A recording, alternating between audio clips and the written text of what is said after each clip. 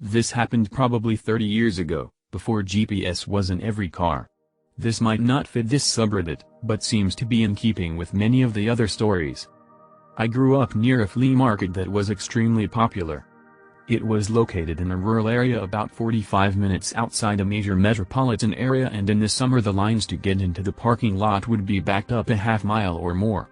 The market was open on Tuesdays and Saturdays. Selling frozen fruit bars from a cart there during the summer was my first job. I rode my bike there, and knew it was exactly 1 mile from our driveway to their driveway, on the same road. There was one intersection with a stop sign in the middle. One Tuesday after school had started, my sister and I were outside waiting for the bus. This woman rolls to a stop in front of us and asks if we knew how to get to the flea market. I told her it was a mile that way, pointing in the correct direction. She says they've already been that way. So I repeated, it's a mile that way. There is one stop sign that you need to go through, but it's on the same road we're on. She starts screaming that they've already been that way and asking why am I lying to her. So I apologized and said I was sorry for trying to mess with her. Sidebar, I was really good with maps, geography, and spent a lot of my early teenage years riding my bike all over the area I grew up. So I then proceeded to give her a made-up set of turns going the opposite direction that would put her at least 25 minutes away from us, knowing our bus would pick us up in a minute or two. They were complicated enough that she had to get out a pen and paper and write them down, and she'd have a hard time backtracking to us even if she wanted to, and I was confident enough that she believed I wasn't bullshitting her. My mom came out after the woman left and asked what was up. I said just another lost tourist looking for the flea market. For context, this story took place 3 days before Christmas 2020. I was shopping for some sweet sugary treats. The cast for this story, me, entitled Woman, Karen, and Carl, store manager, not real name. It was 3 minutes past opening. I was one of the first customers in the store, so I figured I would be able to get in, get my purchases, and get out before any of the bob cut. I want to talk to your manager, I want him fired. Self-entitled Karens walked in. Unfortunately, that was not meant to be. 3 minutes after I walked in, the bitch walked in. Karen, grabbing up, excuse me. I need your help. You should be helping customers with their shopping, this close to Christmas. Attempting to brush Karen's hand away, I do not work here, ma'am. I am trying to get some shopping done. I, like you, am a customer. Important note. Dollar General employees wear a black polo shirt, with the company logo on them, a yellow name tag, with the company name on them, as well as their name on a white sticker, that is affixed to the name tag, black or khaki dress slacks, and tennis shoes. I was wearing a hoodie with my high school name on it, pajama bottoms, and tennis shoes. So, nothing like an employee. Karen, now spinning up around, I said I need your help. Stop touching product, and do your job. Customers come first. Now pissed, I said I don't work here. I am a customer, just like you. I am, not, wearing their uniform. Karen, refusing to believe you are lying. You are covering your uniform, so you can ignore the customers that pay your wage. I take off my hooded sweatshirt, important note, as to what I am wearing underneath, a white Cleveland Cavaliers jersey, from the Mark Price era. In fact, it was a Mark Price jersey, just bought in 2019. Showing off his Cavs jersey, do I look like I am wearing the uniform? I am, quite clearly, wearing the jersey of my favorite Cavaliers player, of all time. And, even if I did work here, I would, not, assist you, on my day off. And, if I was on the clock, I would not help you, after you treated me like garbage. Karen, obviously, insulted, I am going to get your manager and have him fire you, for refusing to help a customer. She walked away, so I began to grab my purchases in earnest. 5 minutes later, she walked back and had Carl in tow. Important note, Carl is a friend of mine. We have known each other since I was 5 and he was 8.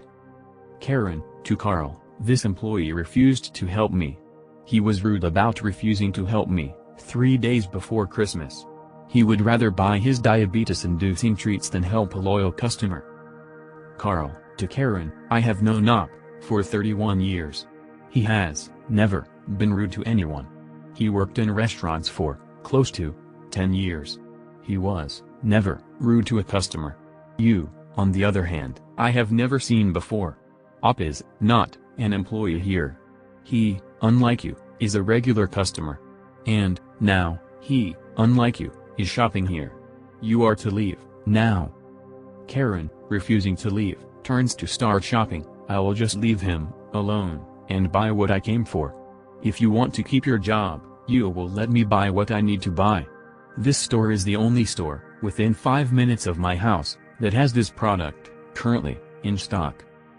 Carl, grabbing his cell phone, I said. Leave. Starts dialing police non-emergency number, now. If I press send, you will be arrested on loitering, and I will have you trespassed. The Karen left. I finished shopping. I went home with a case of Dr. Pepper, 2 boxes of Twinkies, 3 personal-sized cups of Toll House ice cream, and 3 bags of Hershey's assorted miniatures. Karen ended up, because of her attitude, not getting whatever she was shopping for.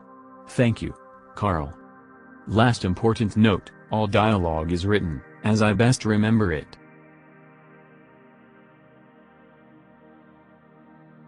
I was doing my weekly grocery shopping at one of the supermarkets in my area, Cape Cod, Massachusetts.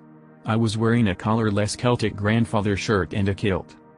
A Karen came up to me, assuming for some weird reason that I am an employee. How many stores on Cape Cod have kilts as part of the dress code for male employees? And hits me with the infamous "excuse me." I said yes. And she shoved a piece of paper, her grocery list, in my hand. I handed it back to her and said, "Sorry, I don't work here." She then shoved her grocery list in the front pocket of my shirt, saying, "Don't lie to me. Do your job." Rather than argue, I took the grocery list out of my shirt pocket, ripped it in half and then in half again. I then threw the pieces into the air. She started screaming for a manager. It just so happened the manager on duty wasn't far away and recognized me, because, frankly, there are not too many men on Cape Cod who wear a kilt almost every day spring, summer and fall, and I am a regular customer. She demanded I be fired and he explained I was a customer and did not work there. He then picked up the pieces of paper from her torn-up grocery list, handed them back to the Karen and told her that she could find tape to tape her list back together again for sale in the next aisle where the school supplies are. She stood there, her mouth opening and closing like a fish out of the water, and he and I walked up to the cashier so I could pay for my groceries. I don't know what happened after that as I heading out to my car, loaded my groceries inside and drove home. So I used to work for a grocery chain as a manager. One day, a different location in a neighboring city called my store and asked if we had any books of stamps we could spare as they ran out and weren't expecting more for a couple weeks. I said sure and electronically transferred 20 books of stamps and said I'd drop them off after my shift. So my shift ended and I drove straight there. My house was not on the way, and walked in the company's manager uniform. I knew where the office was and walked upstairs, knocked on the door and gave the manager on duty the stamps. Before I left I decided to buy a 6-pack of beer and some snacks as I had the next 2 days off. I got in line and there were 2 registers open and super long lines for both. One of the cashiers was the manager on duty and we obviously had the exact same uniform. I even still had my keys and box cutter on my belt and name badge on. The lady behind me said hello, and I didn't turn around. She tapped my shoulder and I turned and she lifted her arms up and gave me a WTF look. She said this is fucking ridiculous. Look at these lines. Open up another register now. I didn't want to say I don't work here or I work at a different location because technically I did work there and, if I wanted to, I could use my credentials to sign on to their registers because I am a manager and our credentials work at any location. So, instead, I said my shift is over, I'm not on duty ma'am. Karen didn't like this response and started raising her voice, saying things like you are the fucking manager. I don't care if your shift is over. You're getting paid no matter what, so open up a register. I'm not waiting in this line and if I do, I will call corporate. She was wrong here, I wasn't getting paid no matter what as my level of management was the step right below salaried. If I wasn't clocked in, I wasn't getting paid. In most other circumstances and if the lady was polite instead of screaming at me, I honestly would have opened up a register to kill the lines and just worked off the clock for a few minutes, no biggie. But because she was so rude, I just turned around and continued to ignore her screaming at me for the next 10 minutes we stood in line. Several people told her to shut up and to leave me alone. Once I checked out, I set down my items on the floor and began bagging Karen's $300 cart of groceries. She said, "What are you doing?" I smiled at her and said, "Oh, I changed my mind." Finished bagging, grabbed my stuff, and left. Never heard about it from corporate either, not that I would have gotten in trouble anyway. Last year, my friends and I took a trip to the Highland during our summer break. At night we decided to walk to the night market for some hot food. We then stopped at a small corner that sold grilled kebab. However, there were only 3 people grilling the meats while a whole lot of guests were waiting. Since the food smelled so stinking good, we all were exhausted from wandering and only barbecue go best with this cold dry weather, we decided to jump in helping grilling the meat. Some tourists thought we were real staff. They asked questions like how much was my dish, do you still have seats, and the real owner just let us do whatever the guests need, find seats, get money, give them change, and of course, grill the food. Finally we were able to have our orders after 15 minutes, and as we left, some PPL were in total shock like WTF aren't you work here? The food was so good after all works we did, and this is truly one of the craziest experience I'll never forget. Sorry, English is not my mother tongue. Maybe we need some context. I live in Brazil, a giant country, and to be more exact the 5th largest in terms of land area in the world with 4 different time zones, which eventually can be a big mess when it comes to transmitting information. So we have television networks that are divided into sub-networks that supply a certain region. And eventually the same programs are broadcast throughout the country but at different times, due to the time zone. When a big shit happens, one of the biggest television networks in the country, Rede Globo, puts a vignette to synchronize all its sub-broadcasters. This vignette eventually occurs in any program, immediately interrupting the programming that was showing. The vignette even became a meme in Brazil. We say that whenever someone looks at this vignette, it means that someone has died or some war has started. There are compilations of these news bulletins. As in 2001, in the middle of an episode of Dragon Ball, the vignette simply appeared and children and adults alike were shocked to see the attack on the Twin Towers live. One of the worst tragedies I remember seeing during these shifts was the fire at the Kiss nightclub, which occurred in my state at dawn. When the on-call aired for all of Brazil 1 hour after the incident, there were already 50 dead, and as the on-call makes it clear that the news will be updated, as people woke up in the morning to go to work, the on-call updated every hour the number of dead. To be honest, I remember seeing before leaving for work the news of 100 dead and many injured being transported to Porto Alegre, my city and state capital, because the city of Santa Maria, where the club was in a complete chaos, considering that the biggest hospital in the city was a university hospital, considering that the city is a university city. And the doctors who were in the hospital were students and professors, which being a university town and a nightclub on fire, all the injured were either colleagues, or friends, or family members of those who were being rescued.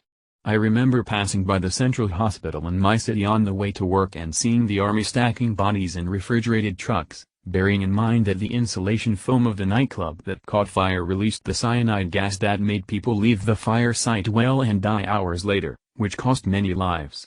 In the end, 242 young people were killed. I regret this very long introduction, but it is a fact that the damn vignette leaves absolutely all Brazilians scared, and I explained why. On the day in question, November 5, 2021, I was in a doctor's office where my father, who was a doctor, had already worked, and waiting for my appointment. I was talking to the attendants who were suspiciously busy that day. I am their friend, considering that my father always took me to his work and treated everyone at work with due respect without discriminating against their position, which should be natural, but due to social segregation, doctors are usually stingy with other employees.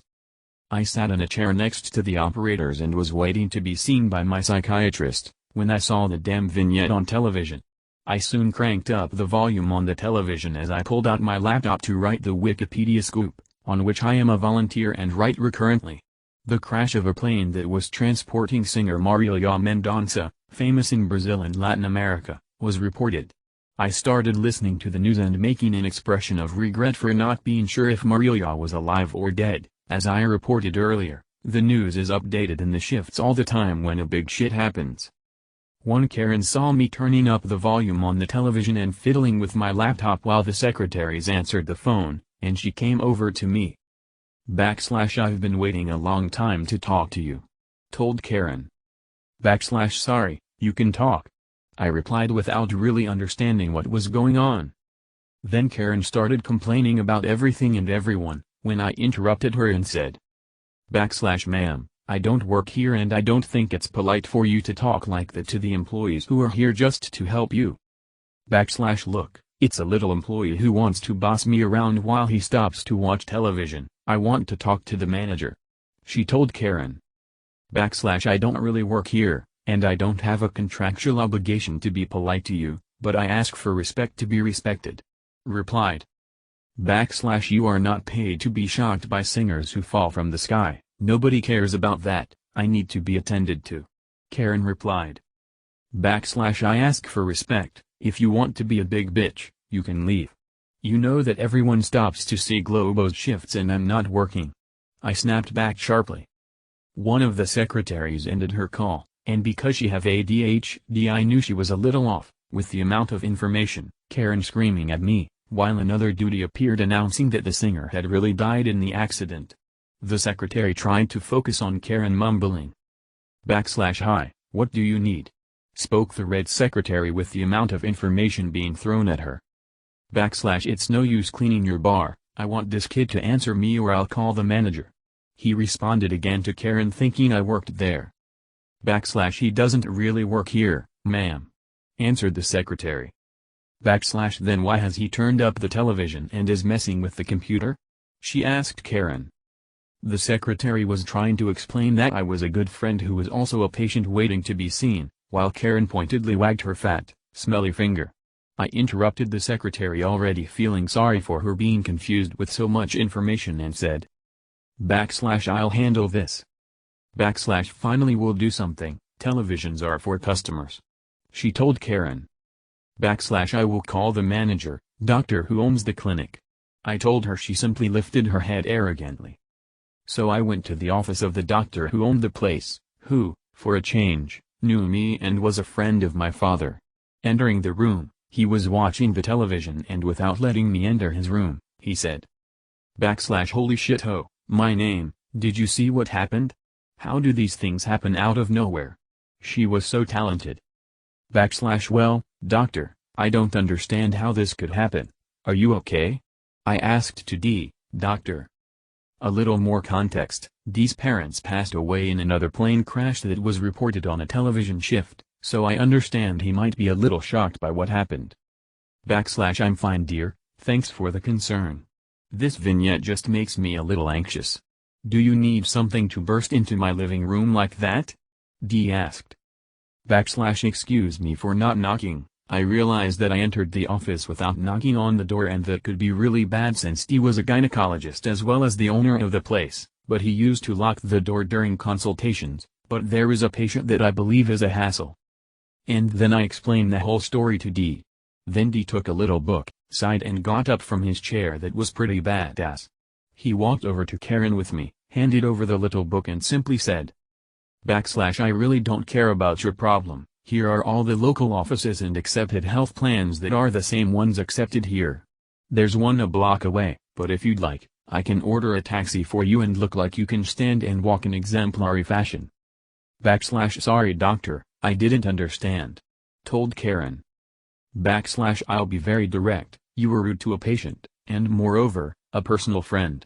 Oh, we're always polite like your father. And if you treat someone like that who I've never seen be in a bad mood or treat someone badly, you won't be welcome here.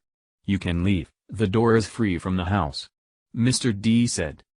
You big son of a bitch, you can't kick me out, I'm sick. Answered Karen mad at the situation. Maybe your great fragility to curse everyone here is a fuel for the security guards in case you don't want to leave now, you are no longer welcome here, but you can seek help in 1000 Places Best booklet. Mr. D said. Karen threw the book on the floor and said. I don't need this shit, I'm leaving, but wait for the process. Leaving the enclosure aggressively. I apologized to Mr. D for the confusion and the loss of the customer, but he agreed that Karen would probably have some problem with the employees, and since many of them have some kind of problem, like the ADHD of the other employee, that could bring about a major crisis involving Karen. He also reassured me by saying that she couldn't sue him as he technically didn't deny care, given that he suggested places for care and she was kicked out of private property and everything was recorded. To be quite honest, I don't know what Karen had to date and I really don't know if she sought treatment. I remain friends with Mr. D even after my father's death from COVID-19 in 2022. Mr. D offers me help scripturally as I am only 20 years old and do not understand justice very well, and he feels he should moral credit to my father. Eventually, when I go to the psychiatrist, I talk a little with Mr. D, who is concerned about my health and my mother's health, who is already elderly and also had sequelae from COVID. The moral of the story, with the current outcome, is that I am so grateful for the man my father made me become. And this story just proves that good humor and sympathy without discriminating against someone will only open doors, and my father, as a great doctor, taught me this. I'm also trying to get into medical school and several colleagues and friends of my late father are giving me support, because according to them Dr. Ray has always been someone different and so his son should be and deserves a prosperous future. Anyway friends, even if I don't understand how God could have taken my father from me, and put Karens in the world, it's not good mathematics to kill a good person and multiply Karens. I believe that only love and calm can solve the world, and writing this story makes me realize this. And #X200B. And #X200B. And #X200B. Edit. First I would like to thank everyone who has been sensitive about my dad's story. I deal with it well now and having friends has really helped me a lot. About the vignette I'm trying to explain, I didn't find an exact translation from Portuguese to English, but what fits best would be this definition, plantão. To be quite honest, I didn't find a suitable translation for this. It would be like on duty. When doctors are in hospitals and police are on duty, they are on plantão. In this case, on television, the shifts happen because they take the anchor who was at the station to transmit urgent news, usually outside the normal schedule, so it would be like calling the journalist on duty.